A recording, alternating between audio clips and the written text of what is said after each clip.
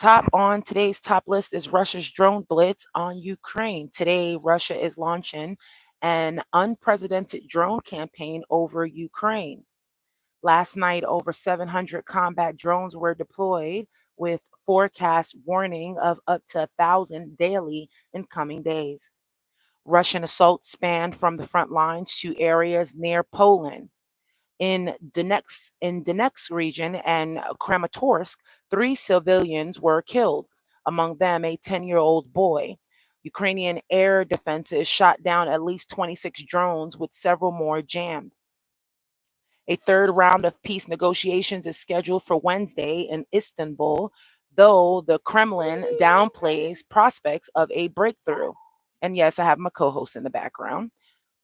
And second on our list today is Houthi and Israeli escalation. Early this morning, Israel intercepted a ballistic missile fired from Yemen by Houthi militias targeting the Ben Gurion airport area. This attack follows Israeli tank shelling near Gaza, which resulted in at least 12 Palestinian fatalities, including civilians in tent camps.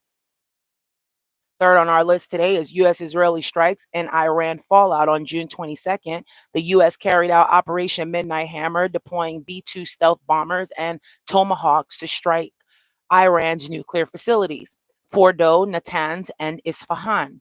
Iran retaliated the following day with missile strikes on Al Udeid air base in Qatar. The U.S. reports, quote, extremely severe and, quote, damage at the sites. Iran downplays it as, quote, superficial, end quote. No U.S. casualties have been reported. U.S. and UK campaign in the Red Sea are as follows. Since mid-March, Operation Rough Rider has seen U.S. and UK forces carry out sustained air and naval strikes on Houthi positions in Yemen. Hundreds of Houthis have been killed and their anti-ship launch capabilities degraded, prompting a reduction in attacks on shipping. And Iran's nuclear deal and future risk are as follows. Efforts to revive elements of the 2015 nuclear accord with Iran continue, but with a firm October 2025 deadline for a final deal. Experts warn that if a partial agreement is reached, tensions could re-escalate, possibly provoking Israeli military action against Iran's facilities. And that's according to the bulletin of the atomic scientists and 5 other reputable sources. Nuclear cold warning from Moscow as follows. Moscow's Kremlin spokesman reaffirmed Russia's nuclear doctrine. Any attack on Ukraine, quote, supported by a nuclear power, end quote, could trigger a nuclear response.